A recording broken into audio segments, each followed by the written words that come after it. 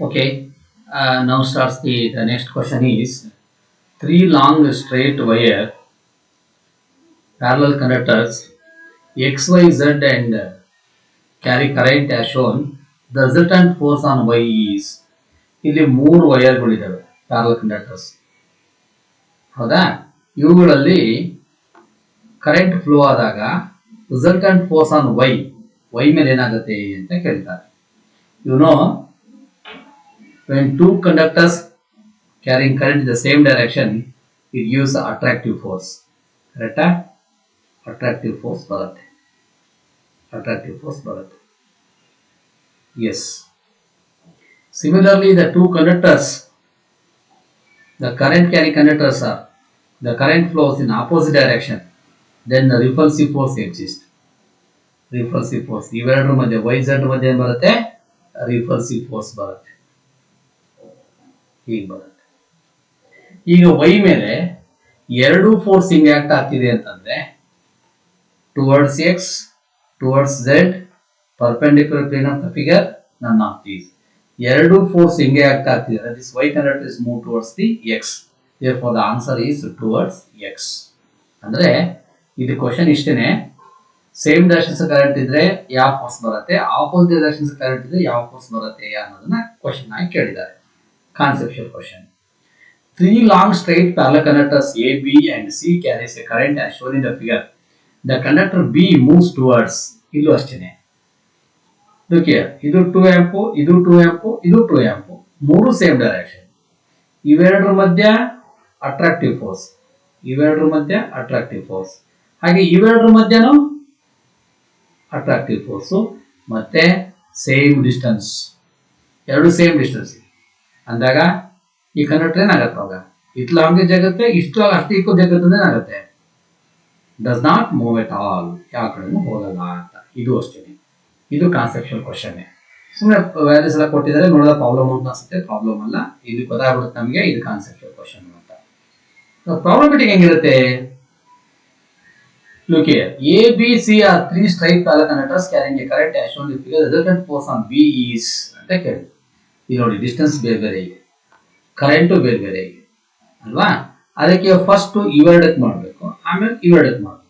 S, ಈಗ B ಮೇಲೆ force experience ಮಾಡುತ್ತೆ ಅಂತ ಆದ್ರೆ F is equal to mu naught I1 I2 divided by 2 pi r formula. ಕರೆಕ್ಟಾ? mu naught ಅಂದ್ರೇನು? 4 pi into 10 raised to minus 7 into ಇವೆರಡು current 1 amp 2 amp divided by 2 pi, distance ಎಷ್ಟು? 0.1. ಕರೆಕ್ಟಾ? ಅವಾಗ ಈ ಪೈ ಕ್ಯಾನ್ಸಲ್, 2 1s 2 2s, ಅಲ್ಲಿ ಗೊತ್ತಾಯ್ತು 2 2s 4. ಹೌದಾ? ಪಾಯಿಂಟ್ ಬಂದ್ರೆ 10 raised to minus 1 ಅಂತ, ಮೇಲ್ ತಗೊಂಬಂದ್ರೆ +1, 10 raised to minus 1 ಕಷ್ಟ ಬೀಳ್ತಲಿಗೆ 4 in 10 raised to minus 6 Newton. ಯಾವ್ದ್ರ ಮೇಲೆ? ಇದನ್ನ ಬೇಕಾದ್ರೆ F1 ಅಂತ ಅವನ between A and B. Similarly, between B and C ಬರೋಣ. F2 is equal to same formula, 4 pi into 10 raised to minus 7 into current 2 amp 3 amp divided by 2 pi into 0.6 ಇದೆ. 0.6 ಏನಾಗುತ್ತೆ? 6 into 10 raised to 6 into 10 raised to minus 2. ಕರೆಕ್ಟಾ? ಈ pi cancel, ಈ two cancel, 4 3s 12, 12 divided by 6, 4 3s 12, 12 divided by 6 ಅಂದ್ರೆ 2 ಬಂತು. ಕರೆಕ್ಟಾ? 10 raised to minus 2 ಇದೆ, ಮೇಲ್ ಬಂದ್ರೆ +2 ಆಗುತ್ತೆ, ಅಲ್ಲಿಗೆ 10 raised to minus 7. ಆದ್ರೆ ಪವರ್ ಬೇರೆ ಬೇರೆ ಆಯ್ತಿದೆ, ಮುಂದೆ ಬೇಕಾಗತ್ತೆ ಎರಡನ್ನು. ಯಾಕೆ? ಇವೆರಡರ ಮಧ್ಯ ಈ ತರ ಫೋರ್ಸ್ ಬರುತ್ತೆ, ಇವೆರಡರ ಮಧ್ಯ ಈ ತರ ಫೋರ್ಸ್ ಬರುತ್ತೆ, ರಿಪಲ್ಸಿವ್ ಫೋರ್ಸ್. ಅಂದ್ರೆ ಇದು ಒಂದು F1 ಒಂದು F2, ಎರಡು ಏನ್ ಮಾಡ್ಬೇಕು ನಾನೀಗ? ಆಡ್ ಮಾಡಲೇಬೇಕು. ಹಾಗಾಗಿ resultant force F is equal to F1 plus F2 ಬರೀಬೇಕು ಈಸ್ ಈಕ್ವಲ್ ಟು, ಈಗ ಇಲ್ಲೇನ್ ಮಾಡಬೇಕು, ಸೇಮ್ ಪವರ್ ಇರೋದ್ರಿಂದ ಸೇಮ್ ಪವರ್ ಮಾಡ್ಕೊಂಡ್ರೆ ಪ್ರಾಬ್ಲಮ್ ಸುಲಭ. ಅದಕ್ಕೆ ಇದನ್ನೇನ್ ಮಾಡೋಣ, 20 into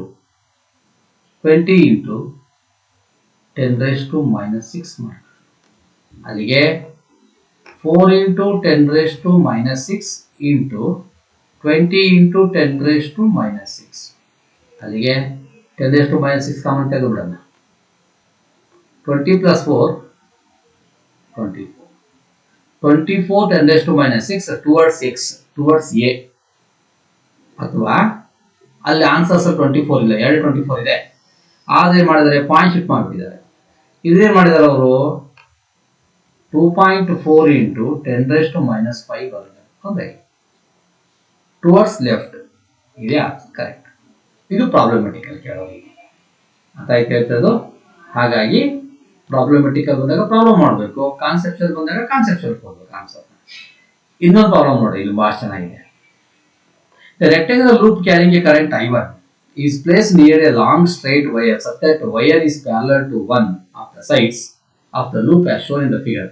If the straight wire carries a current I1, the loop ಅಂತ ಕೇಳಿದ ಕ್ವಶನ್. ಈಗ ನೋಡಿ, ಇವೆರಡು ಏನಾಗಿದೆ, ಸೇಮ್ ಡೈರೆಕ್ಷನ್ಸ್ ಅಲ್ವಾ. ಅವಾಗ ಏನಾಗುತ್ತೆ, ಅಟ್ರಾಕ್ಟಿವ್ ಫೋರ್ಸ್. ಹಾಗೆ ಇದಕ್ಕೆ ತಗೊಳ್ರಿ. ಈಗ ಈ ಕರೆಂಟ್ ಹಿಂಗ್ ಬರ್ತಾ ಇದೆ, ಇದಕ್ಕೆ ತಗೊಂಡಾಗತ್ತೆ ಆಪೋಸಿಟ್ ಅಂದ್ರೆ ಏನಾಗುತ್ತೆ, ಅವಾಗ ರಿಪಲ್ಷನ್ ಆಗುತ್ತೆ. ಈಗ ರಿಪಲ್ಷನ್ ಆಗುತ್ತೆ. ಇಲ್ಲಿ ಇವೆರಡು ಮಧ್ಯ ಈ ಏನು ಸೈಡ್ಸ್ ಇದೆಯೋ, ಈ ಸೈಡ್ಸ್ ಕಂಪೇರ್ ಮಾಡಿದಾಗ ಅಟ್ರಾಕ್ಟಿವ್ ಫೋರ್ಸ್, ಈ ಸೈಡ್ಸ್ ಕಂಪೇರ್ ಮಾಡಿದಾಗ ರಿಪಲ್ಸಿವ್ ಫೋರ್ಸ್. ಹಾಗಿದ್ರೆ ಏನ್ ಮಾಡೋಣ, ಏನಾಗತ್ತೆ ಹಂಗಿದ್ರೆ? ಹಾಗಾದ್ರೆ ಇದು ಜಾಸ್ತಿನೋ ಇದು ಜಾಸ್ತಿ? ಅಟ್ರಾಕ್ಟಿವ್ ಜಾಸ್ತಿ. ಯಾಕೆ? ಡಿಸ್ಟೆನ್ಸ್ ಕಡಿಮೆ, ಇಷ್ಟೇ ಡಿಸ್ಟೆನ್ಸ್. ಅದು ಇದಕ್ಕೆ ಇಷ್ಟು ಡಿಸ್ಟೆನ್ಸ್ ಜಾಸ್ತಿ ಆದ್ರೆ ಫಾರ್ಮುಲಾ ಏನಿದೆ ಇಲ್ಲಿ, 2πr, ಆರ್ ಕೆಳಗಡೆ ಇದೆ ಅಲ್ವಾ. ಅಂದ್ರೆ distance increases, F is decreases. ಅಲ್ಲಿಗೆ ರಿಪಲ್ಸಿವ್ ಫೋರ್ಸ್ ಕಡಿಮೆ, ಅಟ್ರಾಕ್ಟಿವ್ ಫೋರ್ಸ್ ಜಾಸ್ತಿ. ಹಾಗೆ ಏನ್ ಹೇಳ್ಬೋದು ಅಂದ್ರೆ, ಈ ಫೋರ್ಸ್ ಜಾಸ್ತಿ ಇದ್ರಿಂದ, ಡಿಸ್ಟೆನ್ಸ್ ಕಡಿಮೆ ಇದ್ದ ಈ ಫೋರ್ಸ್ ಜಾಸ್ತಿ ಇದ್ರಿಂದ attraction ಜಾಸ್ತಿ ಆಗುತ್ತೆ. This move towards the wire, therefore will move towards the wire. Will move away from the wire ಅಂತಿದೆ, ಅಲ್ಲ.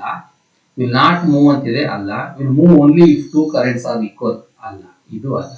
Will move towards the wire. ಇದು ಕಾನ್ಸೆಪ್ಷನ್ ಕ್ವಶನ್. ಸ್ವಲ್ಪ ಥಿಂಕ್ ಮಾಡೋಕೆ, ಡಿಸ್ಟೆನ್ಸ್ ಮೇಲೆ ಥಿಂಕ್ ಮಾಡೋದಕ್ಕೆ ಕೊಟ್ಟಿದ್ದಾರೆ. A horizontal wire of length 0.15 meter and mass 0.5 10⁻³ kg carries a current of 2 amp. The magnitude of magnetic field which supports weights of the wire ಅಂತ ಇದೆ. ಇದು L4. S, first P second P ಎರಡು ಸೇರ್ಕೊಂಡು S. ಇಲ್ಲಿ mechanical force F is equal to BAL sin θ, θ is equal to sin θ is equal to 1 ಆಗಿರುತ್ತೆ. Horizontal ಮತ್ತೆ ಇದು magnetic field BAL ಆಗಿ. ಅದೇ ಫಸ್ಟ್ ಪಿ ಸಿ ಅಲ್ಲಿ F is equal to M into G. ಹಾಗಾದ್ರೆ ಈಗ ಬಿ ಮಾಡಕ್ ಹೇಳಿದ್ದಾರೆ, ಅಲ್ಲಿ ಏನಾಯ್ತು, BIL is equal to m into g. Therefore B is equal to mg divided by I into L. m ಎಷ್ಟು mass 0.5 kg, 0.5 into 10⁻³ into g 10 ಕೊಟ್ಟಿದ್ದಾರೆ, divide by current ಎಷ್ಟು 2 amp. Okay, into length L ಎಷ್ಟಿದೆ 0.15, 2 ones are 2 5s are 0.5s are 0.15, 5 ones are 5 3s are ಅಲ್ಲಿಗೆ 0.3, ಅಲ್ಲಿಗೆ 5 divided by 0.3 into 10⁻³ ಕರೆಕ್ಟಾ? 10⁻³ ಎರಡು ಇದಾವೆ. ಇನ್ನೇನ್ ಮಾಡೋಣ, 50 divided by 3 ಮಾಡ್ಬೋದಾ? ಅರ್ಥ ಆಗುತ್ತೆ ಹೇಳ್ತೇನೆ ನಾನು. 50 divided by 3. ಎಸ್, 0.5 0.0503 ಅಲ್ಲ. ಎಸ್, ಹಾಂ ಇದೊಂದು 5 ಇದೆ, ಆನ್ಸರ್ ಮಾಡಿದ್ವಿ 5/3. ಹಾಂ 5 ಡಿವೈಡ್ ಬೈ 0.3 ಸುಮ್ಮನೆ ಲೆಕ್ಕ ಮಾಡ್ತಾರೆ, ಇದು ಬಿಡಿ ಆಮೇಲೆ ಮಾಡೋಣ. 3 1s 2 ಉಳಿತು 20 ಆಯಿತು. ಹೇಳ್ತಿರೋದು ಅಲ್ಲಿಗೆ 3 1s ಸುಮ್ಮನೆ ಲೆಕ್ಕ ಮಾಡಿ. ಹೆಂಗೆ 3 1s ಎಷ್ಟು ಉಳಿತು? 2 ಉಳಿತು, 60 20 ಆಯ್ತು. 20 3 6 1.16 ಬರಬೇಕು. ಎಲ್ಲಿ 16 ಇದೆ ಆನ್ಸರ್. ಇದು ಮಾಡೋದು ಬೇಡ, ಪಾಯಿಂಟ್ ಶಿಫ್ಟ್ ಮಾಡಿದ್ರೆ ಅಷ್ಟೇ. 10 - 2 0.16 ಬರುತ್ತೆ, ಇದು 0.167 ಬರುತ್ತೆ. 10 - 1.6 - 2 ಮಾಡಿದ್ರೆ yes.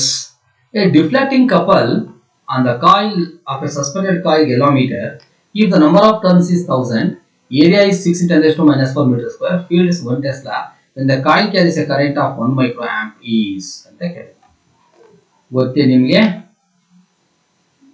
ಏನು? ಡಿಫ್ಲೆಕ್ಟಿಂಗ್ couple CD is equal to NABI. n ಎಷ್ಟು? ಇದು ಎಲ್ಲೊಂದು ಪ್ರಾಬ್ಲಮ್. ಇದು 1000 ಅಂದರೆ 10⁻³ ಬರೀ. Area 6 × 10⁻⁻4 into magnetic field 1 Tesla, current is 1 × 10⁻⁻6. ಅಲ್ಲಿಗೆ 6 × 10 -7 ಬರಬೇಕು. -7 ಎರಡು ಕಡೆ ಇದೆ, ಇಲ್ಲಿ ಎರಡು ಕಡೆ ಇದೆ. ನೆಕ್ಸ್ಟು 6 × 10⁻⁻7. ಯಾವ ಆನ್ಸರು? B answer. 6 × 10⁻⁻7. 6 × 10⁻⁻7 ಯೂನಿಟ್ ಏನಾಗಿರುತ್ತೆ? Newton metre. ಅಂದರೆ ಇದೆಲ್ಲ ಒಂದು ಪ್ರಾಬ್ಲಮ್. ಈಸಿಯೆಸ್ಟ್, ಎಲ್ಲ ವ್ಯಾಲ್ಯೂ ಕೊಟ್ಟು ಕ್ಲಿಕ್ ಮಾಡಿ ಲೆಕ್ಕ ಮಾಡಿ. Next conception. Phosphorus bronze suspension fiber is used in the moving coil galvanometer because of phosphorus bronze wire ನ ಯೂಸ್ ಮಾಡ್ತೀವಿ ನಾವು ಅದರಲ್ಲಿ ಮೂವಿಂಗ್ ಕಾಯಿಲ್ galvanometer ಅಲ್ಲಿ. ಟಾರ್ಷನ್ ಹೆಡ್ ಇಂದ, ಹೌದಾ? ಅದು ಮಧ್ಯ ಒಂದು ಕಾನ್ಕೇವ್ ಮಿರರ್ ಇರುತ್ತೆ, ಹೌದಾ? ಒಳಗಡೆ ಇರ್ತಕ್ಕಂಥ ಕಾಯಿಲ್ಗೆ ಅದು ಕನೆಕ್ಟ್ ಮಾಡ್ತೀವಿ. ಯಾಕೆ? ಈ ಫಾಸ್ಫರಸ್ ಬ್ರಾಂಜ್ ಏನು ಗೊತ್ತಾಯಿತು, ಇದಕ್ಕೆ ಎರಡು ಪ್ರಾಪರ್ಟಿ ಇದೆ. ಕಾಪರ್ ಯೂಸ್ ಮಾಡೋದಾಗಿತ್ತಲ್ಲ ನಾವಲ್ಲಿ, ಫಾಸ್ಫರಸ್ ಬ್ರಾಂಜ್ ಯಾಕೆ ಯೂಸ್ ಮಾಡ್ತೀವಿ? ಎರಡು ಪ್ರಾಪರ್ಟಿ ಇದೆ. ಒಂದು ಎಲಾಸ್ಟಿಸಿಟಿ, ಒಂದು ಕಂಡಕ್ಟಿವಿಟಿ. ಎಲಾಸ್ಟಿಸಿಟಿ ಪ್ರಾಪರ್ಟಿ ಇದೆ, ಅಂದರೆ ಅದನ್ನ ತಿರುಗುತ್ತೆ, ಕಾಯಿಲ್ ತಿರುಗಿಸುತ್ತೆ ಅಂತ ಹೇಳ್ತೀವಿ, ಅಂದರೆ ಎಲಾಸ್ಟಿಕ್ ಬೇಕಾದ್ರೂ ಎಲಾಸ್ಟಿಸಿಟಿ. ಇನ್ನೊಂದು ಕಂಡಕ್ಟಿಂಗ್ ಮಟೀರಿಯಲ್, ಕರೆಂಟು ಪಾಸ್ ಮಾಡುತ್ತೆ. ಹಿಂಗೆ ತಿರುಗೋದ್ರಿಂದ ಇಲ್ಲಿ ಒಂದೇ ಕ್ವಶನ್ ಕೇಳಿದ ನಾನು, low copper unit list, high copper unit list, tensile strength none of ಅಂತ ಕೇಳಿದ್ದಾನೆ. ಅದು ಲೋ ಕಪರ್ ಪಾರ್ಟಿಷನ್ ಹೊಂದಿರುತ್ತೆ, ಹಾಗಾಗಿ ಈ ಆನ್ಸರ್ ಕರೆಕ್ಟ್. ಆದ್ರೆ ನಿಮ್ಗೆ ಗೊತ್ತಿರಲಿ ಫಾಸ್ಫರಸ್ ಬ್ರಾಂಜನ್ನೇ ಯಾಕೆ ಯೂಸ್ ಮಾಡ್ತಾರೆ ಅಂತ ಎಕ್ಸ್ಪ್ಲೇನ್ ಮಾಡಿದ್ದೇನೆ, ವಿಡಿಯೋದಲ್ಲಿ ನೋಡಿ ಗೊತ್ತಾಗತ್ತೆ.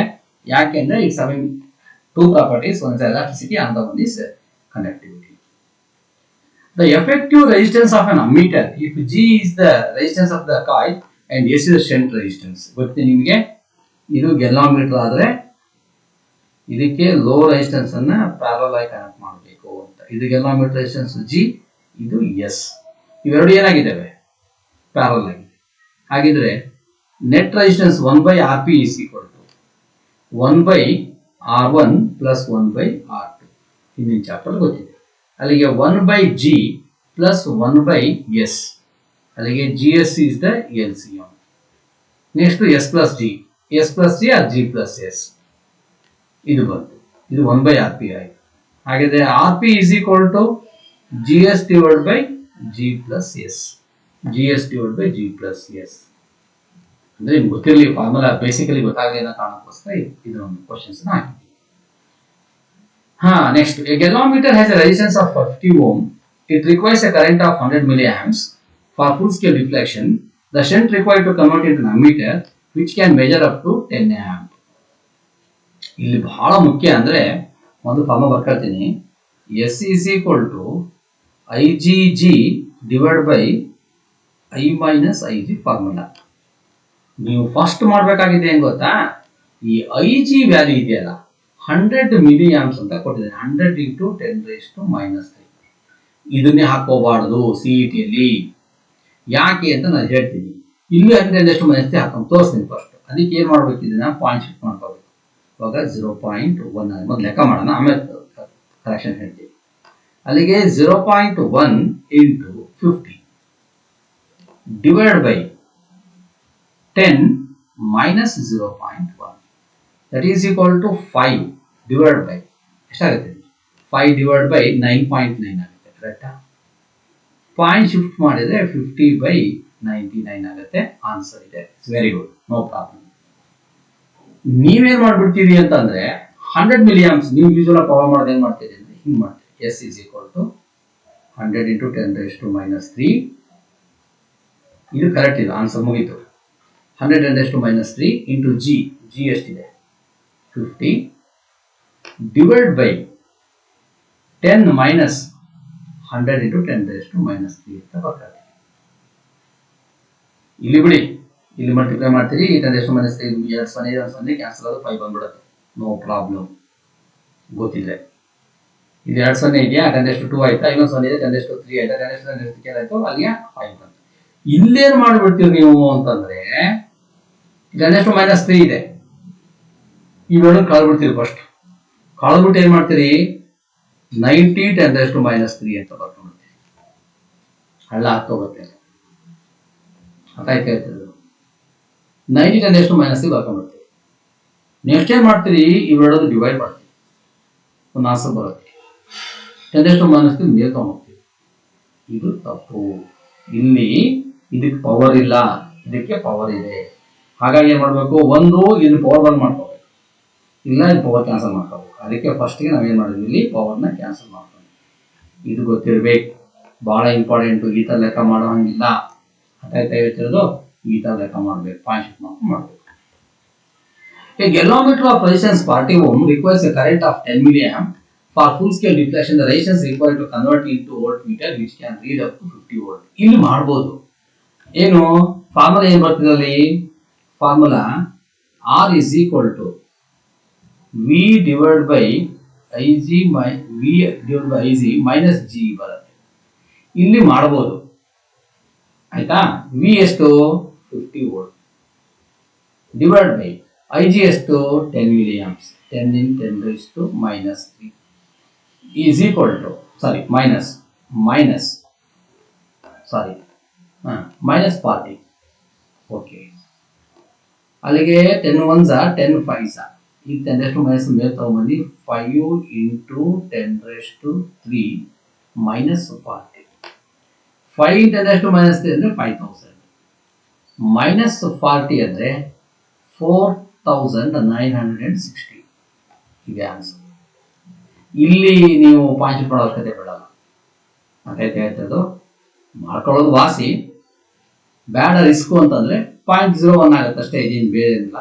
ಅರ್ಥಾಯ್ತು ಹೇಳ್ತದ್ದು, ಶಿಫ್ಟ್ ಮಾಡಿ 500 ಬರುತ್ತೆ, ಇಲ್ಲಿ ಹಿಂಗೆ ಮಾಡ್ಬೋದು. ಓಕೆ, 4960 ಓಮ್ ಬರುತ್ತೆ. If an ammeter is used to in place of voltmeter, then we must connect with ammeter A, low resistance in parallel, high resistance in parallel, high resistance in series, low resistance in series ಅಂತ ಕೇಳ್ತಾರೆ. S, ನಮ್ಗೆ ಗೊತ್ತಿದೆ ammeter ಮಾಡಬೇಕು ಅಂದ್ರೆ low resistance ನ parallel connect ಮಾಡಬೇಕು, volt meter ಮಾಡಬೇಕು ಅಂದ್ರೆ ಹೈ ರೆಸಿಸ್ಟೆನ್ಸ್ ಇನ್ ಸೀರೀಸ್ ಮಾಡಬೇಕು. ಇಲ್ಲೇನು ಮಾಡಿದ ಅವನು, JW ಕ್ವಶನ್ ಇದು.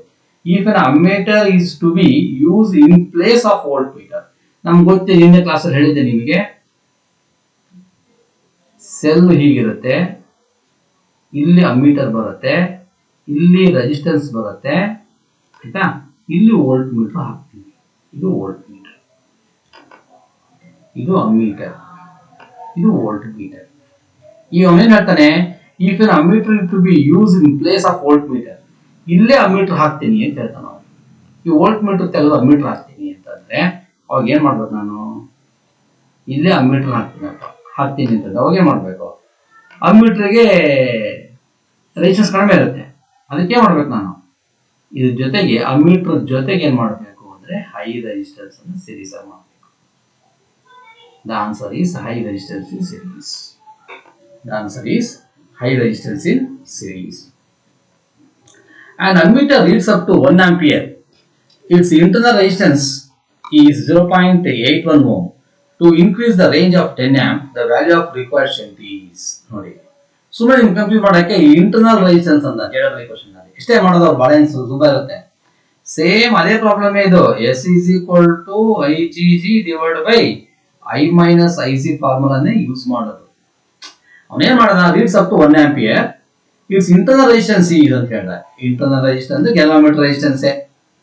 ಹಾಗಾಗಿ ಇಲ್ಲಿ ರೀಡ್ಸ್ ಅಪ್ ಟು 1 ಆಂಪಿಯರ್ ಅಂತ ಹೇಳೋದ್ರಿಂದ I G is 1, G is 0.81 divide by 1 minus 10 ಅಲ್ವಾ, 10 ಆಂಪ್ಸ್ ಅಲ್ವಾ, 10 ಆಂಪ್ಸ್ ಮೈನಸ್ 0.1.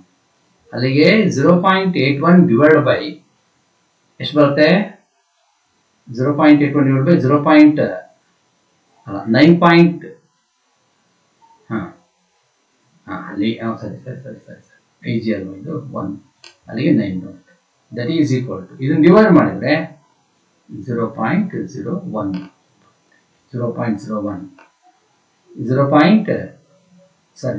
ಅಲ್ಲ, 0.09 ಬರುತ್ತೆ. ಏನು ಮಾಡಲಿಲ್ಲ, ಅದೇ ಕ್ವಶನೇ. ಸಿಇಟಿಗೂ JEEಗೂ ಏನ್ ಡಿಫರೆನ್ಸ್ ಅಂದ್ರೆ ಸ್ವಲ್ಪ ಟ್ವಿಸ್ಟ್ ಮಾಡ್ದ. ಇಲ್ಲಿ ಇಂಟರ್ನಲ್ ರೆಸಿಸ್ಟೆನ್ಸ್ ಅಂದ, ammeter reads up to 1 ampere, it's internal resistance 0.1 ಅಂತ ಹೇಳ್ದ ಅಷ್ಟೇ. ಗೆಲೋಮೀಟರ್ ರೆಸಿಸ್ಟೆನ್ಸ್ ಅವನಿಗೆ ಇಂಟರ್ನಲ್ ರೆಸಿಸ್ಟೆನ್ಸ್ ಅಂತ ಕಾರಣ. ಈಗ ಚೇಂಜ್ ಮಾಡ್ತೀವಿ. ಇನ್ನೊಂದಿದೆ, ಬಹಳ ಚೆನ್ನಾಗಿದೆ question. The resistance of voltmeter range is 1 volt is 100,000 ohm. The additional resistance required to increase the range of 5 volt. ಈಗ ವೋಲ್ಟ್ ಮೀಟರ್ನೇ ವೋಲ್ಟ್ ಮೀಟರ್ ಕನ್ವರ್ಟ್ ಮಾಡಬೇಕು. ನೋಡಿ ಚೆನ್ನಾಗಿದೆ. ನಾವು ಗೆಲೋಮೀಟರ್ನ ವೋಲ್ಟ್ ಮೀಟರ್ ಕನ್ವರ್ಟ್ ಮಾಡ್ತಿದ್ವಿ, ಅಥವಾ ಗೆಲೋಮೀಟರ್ನ ಅಮೀಟರ್ ಕನ್ವರ್ಟ್ ಮಾಡ್ತಿದ್ವಿ. ಇಲ್ಲ ಹಂಗಲ್ಲ, ವೋಲ್ಟ್ ಮೀಟರ್ ಅಂದ್ರೆ 1 ವೋಲ್ಟ್ ಮೀಟರ್ ಇತ್ತು ನಮ್ಮ, 1 ವೋಲ್ಟ್ ಇಂದ ವೋಲ್ಟ್ ಮೀಟರ್ ಇತ್ತು ನಮ್ಮ ಲ್ಯಾಬ್ ಅಲ್ಲಿ. ನನಗೆ ಅಲ್ಲಿ ಎಕ್ಸ್ಪೆರಿಮೆಂಟ್ ಮಾಡುವಾಗ 5 ವೋಲ್ಟ್ ಬೇಕಪ್ಪ, ಅಂದ್ರೆ 5 ವೋಲ್ಟ್ ಇಂದ ವೋಲ್ಟ್ ಮೀಟರ್ ಬೇಕಿತ್ತು. ನಮ್ಮ ಲ್ಯಾಬ್ ಅಲ್ಲಿ ಇರಲಿಲ್ಲ, ಒಂದೇ ವೋಲ್ಟ್ ಇತ್ತು. ಈ 1 ವೋಲ್ಟ್ ಇಂದ 5 ವೋಲ್ಟಿಗೆ ಹೆಂಗ್ ಮಾಡೋದು ಅಂತ ಪ್ರಶ್ನೆ. This is galvanometer resistance. ನೋಡಿ, ವೋಲ್ಟ್ ಮೀಟರ್ ಅಂದ್ರೂ ಗೆಲೋಮೀಟ್ರೆ, ಅಮ್ಮೀಟರ್ ಅಂದ್ರೂ ಗೆಲೋಮೀಟ್ರೆ. ಗೆಲೋಮೀಟರ್ಗೆ ಲೋ ರೆಸಿಸ್ಟೆನ್ಸ್ ಅನ್ನ ಪ್ಯಾರಲ್ ಹಾಕಿದ್ರೆ ಅಮ್ಮೀಟರ್ ಕೆಲಸ ಮಾಡುತ್ತೆ.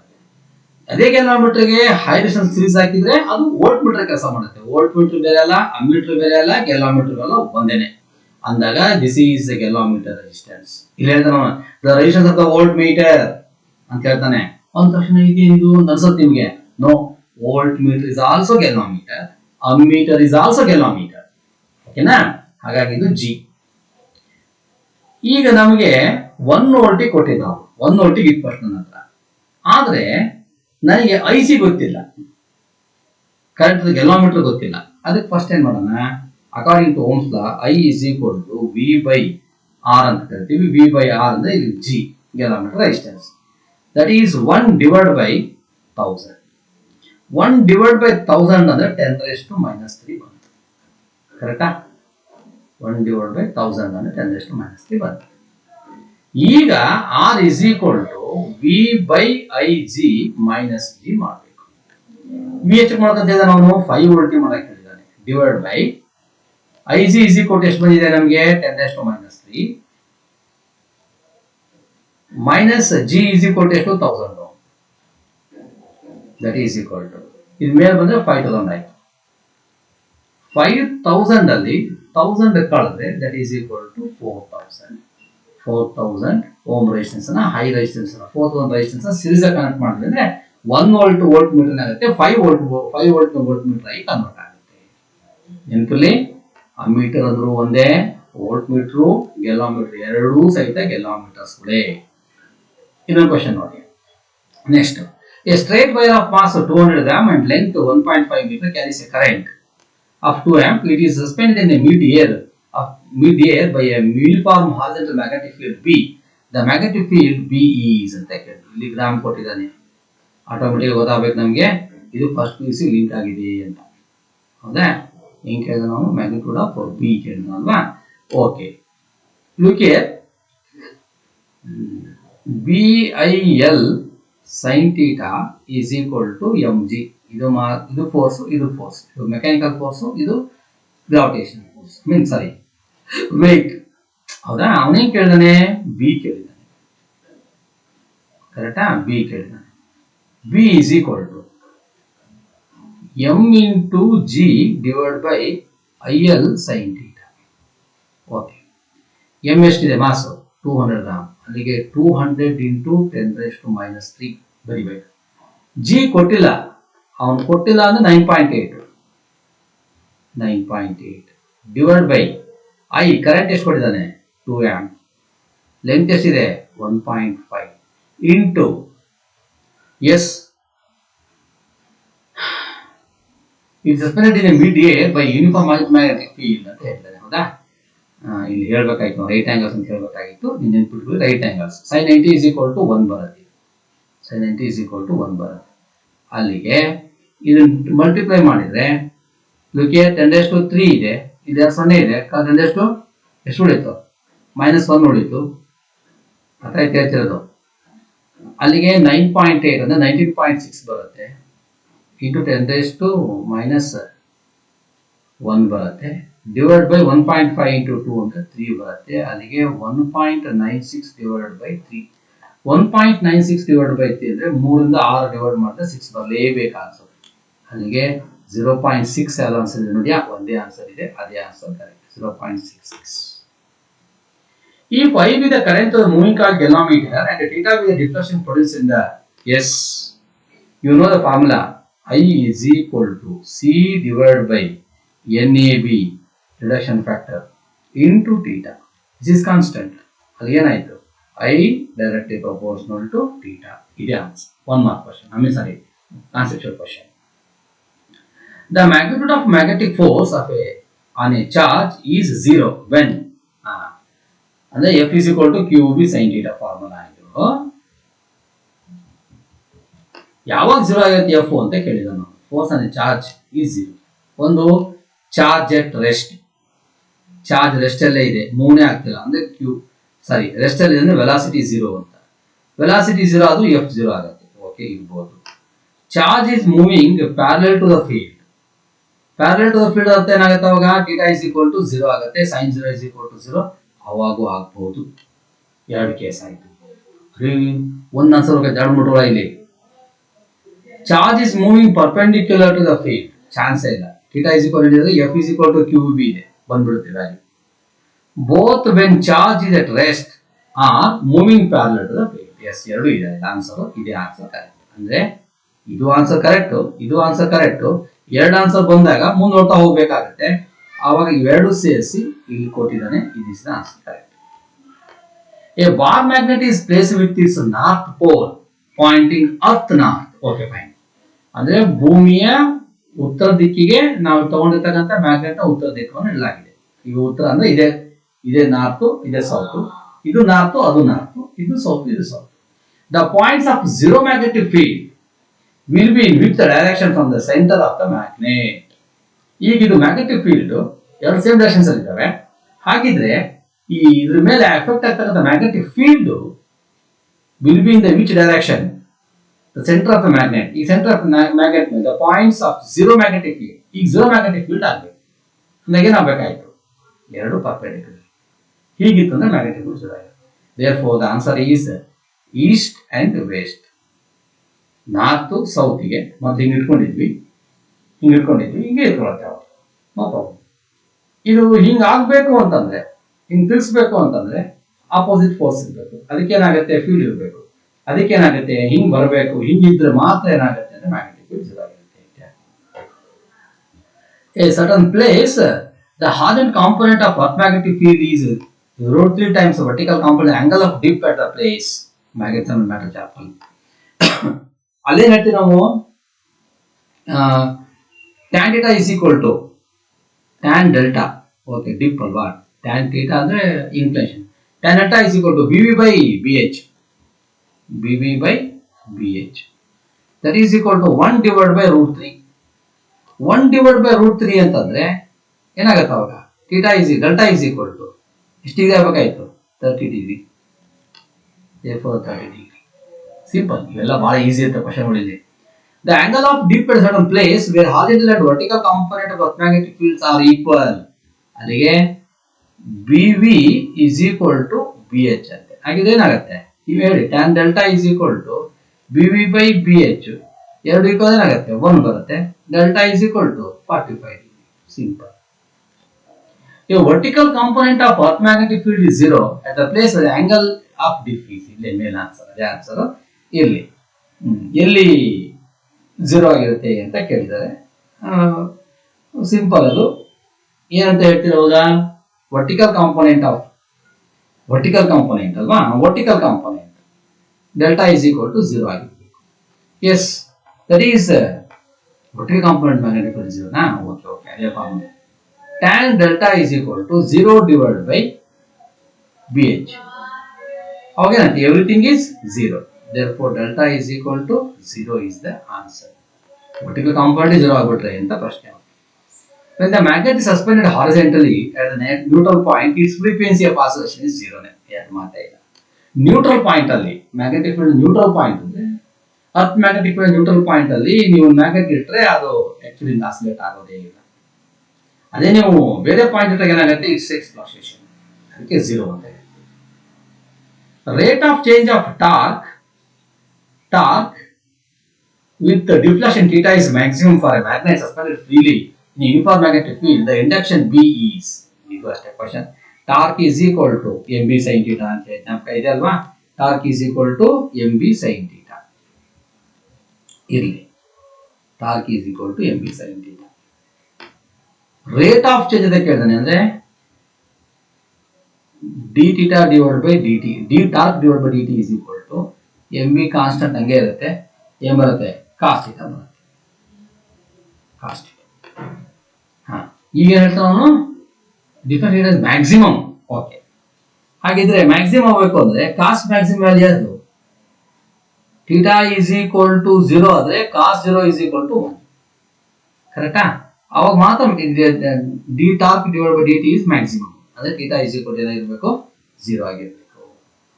ಹೀಗೆ ಒಂದಿಷ್ಟು ಕ್ವಶನ್ಸ್ ಗಳನ್ನ ಪ್ರಾಬ್ಲಮೆಟಿಕ್ ಮೋಡಲ್ಲಿ ಜಾಸ್ತಿ ಕಾನ್ಸಂಟ್ರೇಟ್ ಮಾಡಿ ಈ ಚಾಪ್ಟರ್ ಮೇಲೆ ಕ್ವಶನ್ಸ್ ಗಳನ್ನ, 2 ಚಾಪ್ಟರ್ ಸೇರಿ, ಮತ್ತೆ 2 ಬೇರೆ ಅಲ್ಲ ಚಾಪ್ಟರ್ಸ್, ಮ್ಯಾಗ್ನೆಟಿಸಮ್ ಅಂಡ್ ಮ್ಯಾಟರ್ ಅಂದ್ರೆ ಒಂದೇ, ಅದು ಇದಕ್ಕೆ ಸಂಬಂಧಪಟ್ಟದ್ದು. ಮ್ಯಾಟರ್ ತೆಗೆದುಬಿಟ್ರಲ್ಲ ನಿಮಗೆ, ಫೆರೋಮ್ಯಾಗ್ನೆಟಿಕ್, ಡಯಾಮ್ಯಾಗ್ನೆಟಿಕ್ ಮತ್ತೆ ಪ್ಯಾರಾಮ್ಯಾಗ್ನೆಟಿಕ್ ಅಂತ ಬರ್ತಿತ್ತು ಮ್ಯಾಗ್ನೆಟಿಕ್ ಮಟೀರಿಯಲ್ ಮುಂದೆ. ತೆಗೆದುಬಿಟ್ಟು ಏನ್ ಮಾಡಿದ್ರು, moving charges and magnetism and matter ಅಂತಿತ್ತು. ಮ್ಯಾಟರ್ ತೆಗೆದುಬಿಟ್ಟು ಮ್ಯಾಗ್ನೆಟಿಸಮ್ ಇದಕ್ಕೆ ಸೇರಿಸ್ತಾರೆ, ಅದು ಸಣ್ಣ ಭಾಗ ಸೇರಿಸ್ತಾರೆ. ಹಾಗಾಗಿ ಅದ್ರ ಮೇಲೆ ಈ ತರವಾಗಿರ್ತಕ್ಕಂಥ ಕ್ವಶನ್ಸ್ ಗಳನ್ನ ಡಿಸ್ಕಸ್ ಮಾಡ್ತೀವಿ.